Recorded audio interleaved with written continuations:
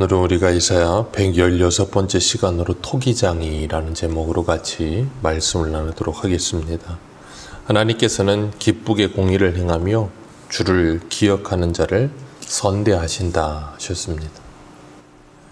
지금 이스라엘의 실정은 범죄함으로 주께서 진노하심이 이미 오래되었다고 고백하며 이사야가 탄식하는 모습이 5절에 나옵니다.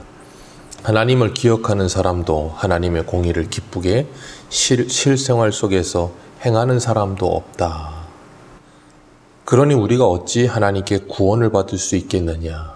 하나님의 구원을 받지 못하는 것이 마땅하다라고 이사야가 이야기합니다. 하나님께서 진노하고 계시는데도 불구하고 이스라엘은 스스로 하나님의 진노하심에 대하여 깨닫지 못하는 이 무감각한 자들이 되어서 끝없이 범죄를 저지르고 있다. 그거예요. 하나님께서 쉬지 않고 수많은 선지자들을 보내시고 하나님의 말씀으로 경고하셨는데도 불구하고 오히려 더 큰 죄악을 범하고 있는 것입니다. 그 이유는 죄의 강렬함 때문이 그래요. 사람이 죄를 짓다 보면 이 죄에서 오는 쾌락과 죄에서 오는 뭐라 그래야 할까요? 이 어떤 죄의 타성에 젖어버리게 되면 거기서 헤어나와야 된다는, 거기서 나와야 한다는 생각조차를 하지 못하는 경우가 있거든요. 그리고 그것이 자연스러워지게 되는 거예요. 그리고 나면 하나님의 말씀이 들리지 않습니다. 누구의 말도 들리지 않아요. 청소년기에 있는 아이들이 그럴 때가 있죠.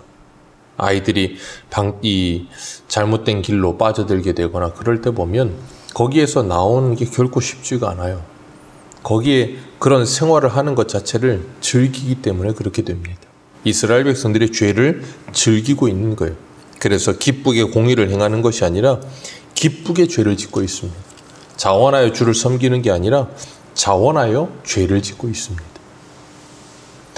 6절 말씀에 보면 이사야가 그래서 이렇게 고백해요. 6절 같이 읽습니다. 시작.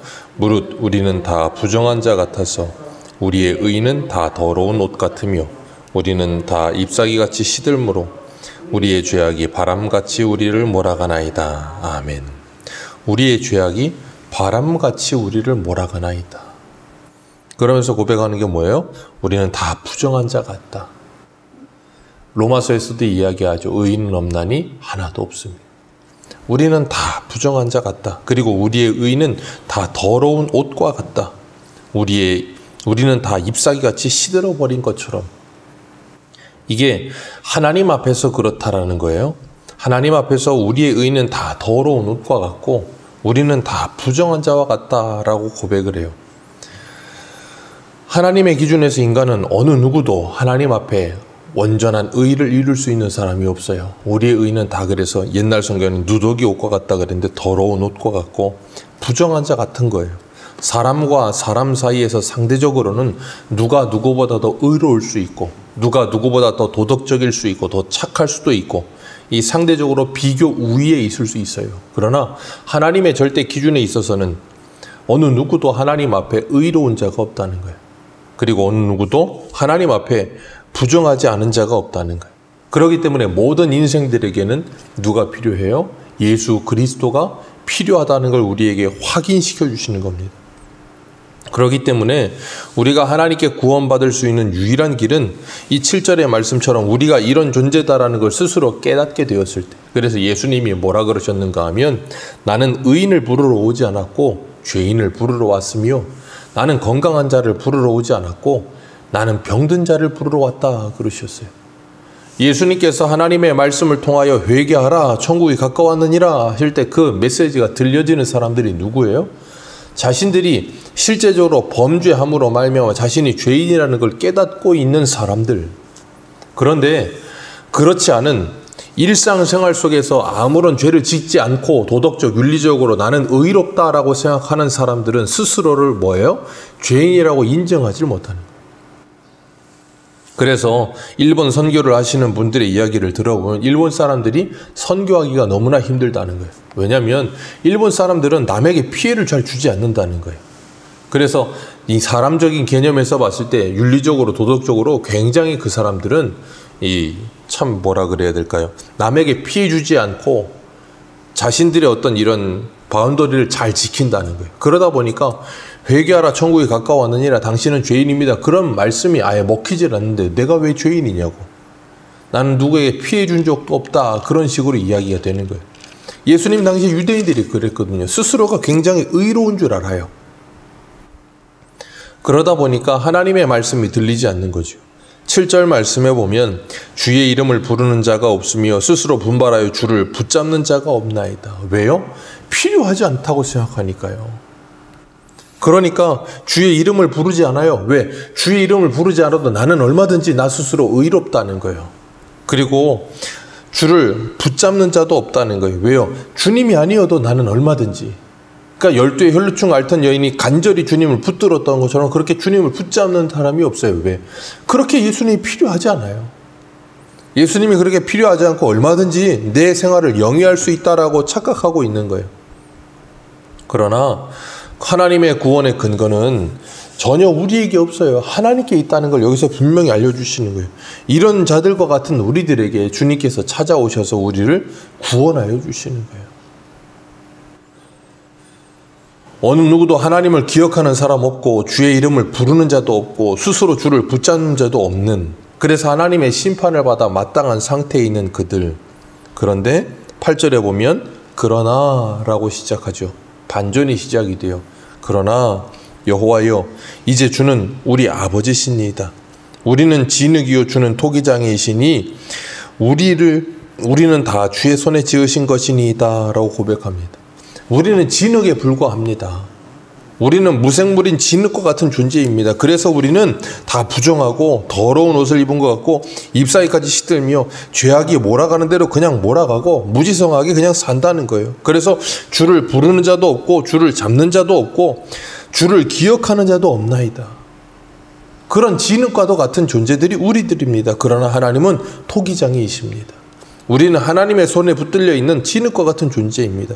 하나님이 우리를 어떻게 빚으시든 하나님이 우리를 어떻게 만드시든 우리는 하나님의 손에 있나이다.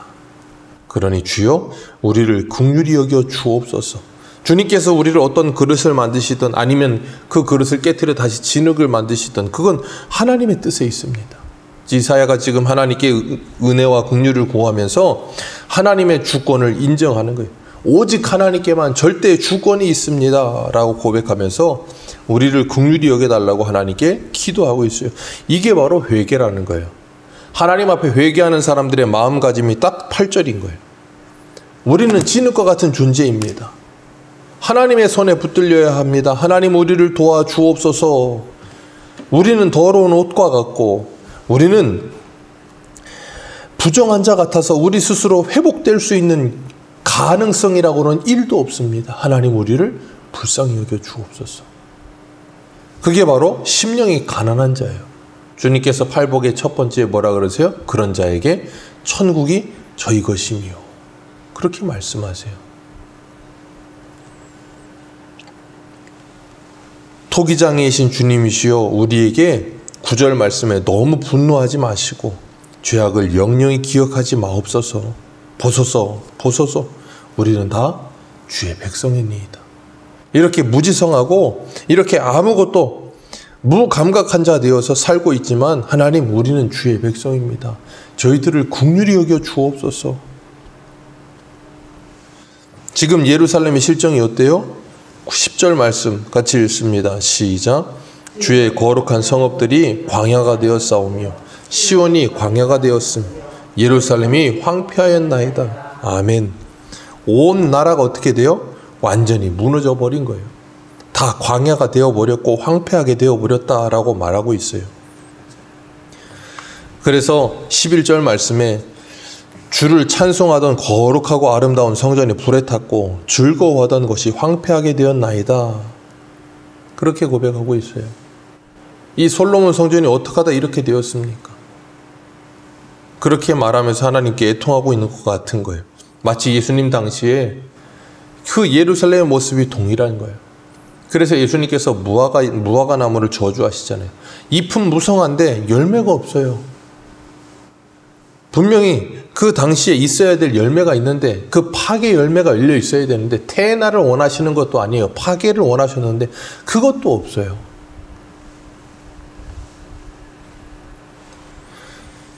하나님께서 이렇게 광야 같고 황폐하고 불에 타버리고 완전히 무너지게 하셔서 그들로 하여금 눈으로 보게 하시면서 그들의 신앙의 상태와 영적인 상태가 얼마나 하나님 앞에 망가지고 무너졌는지를 보게 하시는 거예요. 그리고 그들이 이걸로 인해 슬퍼하면서 자신들의 신앙을 슬퍼하게끔 만드시는 거예요. 그래서 하나님께서 우리로 하여금 하나님 앞에 주여 우리를 불쌍히 여겨 주옵소서 하고 하나님께 고백하게 만드신다는 거예요.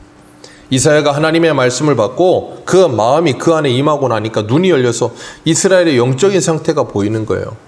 그리고 하나님이 안타까워하듯 이사야가 안타까워하고 있는 겁니다. 그래서 우리가 신앙생활하면서 하나님의 은혜를 받고 성령에 충만하게 될 때 우리 주변의 사람들을 보면 안타깝지요. 너무나도 애통하고 안타까운 마음으로 뭘 하게 돼요? 권면하게 되고 기도하게 되는 거예요. 왜? 주님의 마음이 임하기 때문에 그런 거예요.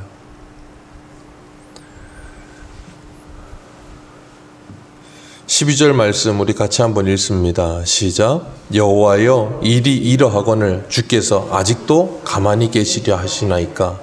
주께서 아직도 잠잠하시고 우리에게 심한 괴로움을 받게 하시려나이까. 아멘. 지금 우리의 상황이 이 지경인데 하나님 우리를 아직도 그냥 두시겠습니까? 우리 스스로가 돌이킬 수 없다는 거예요. 하나님이 돌이켜 주셔야 된다는 거예요. 예레미야 얘기했을 예레미야도 그러잖아요. 우리를 돌이켜 옛적 같게 하여 주옵소서. 우리가 스스로 이걸 돌릴 수가 없다는 거예요. 이제는 하나님이 돌려주셔야 된다는 거예요. 왜요? 이미 이 죄에 대한 죄로 달려가는 이 관성이 너무나 강렬해서 스스로 꺾을 수가 없다는 거예요. 주님이 꺾어주셔야 된다는 거예요. 그렇기 때문에 하나님께 뭐예요? 간절히 기도하는 거예요. 우리 스스로 돌이킬 수 있으면 좋은데 우리는 그럴 능력이 없습니다. 이 백성들은 스스로 그걸 끊어낼 수 있는 능력도 없습니다. 하나님 도와주옵소서. 우리 그래서 하나님께 기도하잖아요. 우리 개인의 모습 속에서도 내가 옛사람의 잘못된 습관들 그리고 잘못된 생활들 그런 걸 끊어내야 되는데 때로 그러지 못할 때 있거든요. 그럼 하나님께 뭐예요? 기도하는 거예요. 하나님 저를 도와주옵소서. 이 잘못된 생활들 이제는 내가 돌이킬 수 있게 해 주옵소서. 끊어낼 수 있게 해 주옵소서. 하나님께 우리가 호소하며 기도하는 거예요. 그럼 하나님께서 우리에게 하나님의 은혜를 부어주실 줄 믿습니다. 그리고 나면 하나님의 은혜가 임하고 나면 그것을 저절로 끊어지게끔 만드세요. 하나님께서. 그러면서 우리로 하여금 그 죄와 함께 싸우게 하세요. 그리고 그것이 더러운 물건을 버림과 같이 우리 스스로가 그것을 싫어하게끔 만드시는 거예요. 하나님께서 그렇게 해주시겠다라고 약속하시는 겁니다. 우리가 기도하면 하나님이 분명히 응답하실 거예요. 그렇기 때문에 우리가 이렇게 자신의 비참함을 정말로 깨닫고 하나님 앞에 겸비한 자세로 주님을 붙들게 될 때 하나님께서 우리들을 긍휼히 여기시고 구원하여 주시며 하나님의 은혜를 베풀어 주실 줄 믿습니다. 우리의 마음이 지금 이스라엘의 모습과 같은 10절과 11절의 모습과 같은 상태는 아닙니까? 하나님 앞에 주여 아직도 가만히 계시려나이까?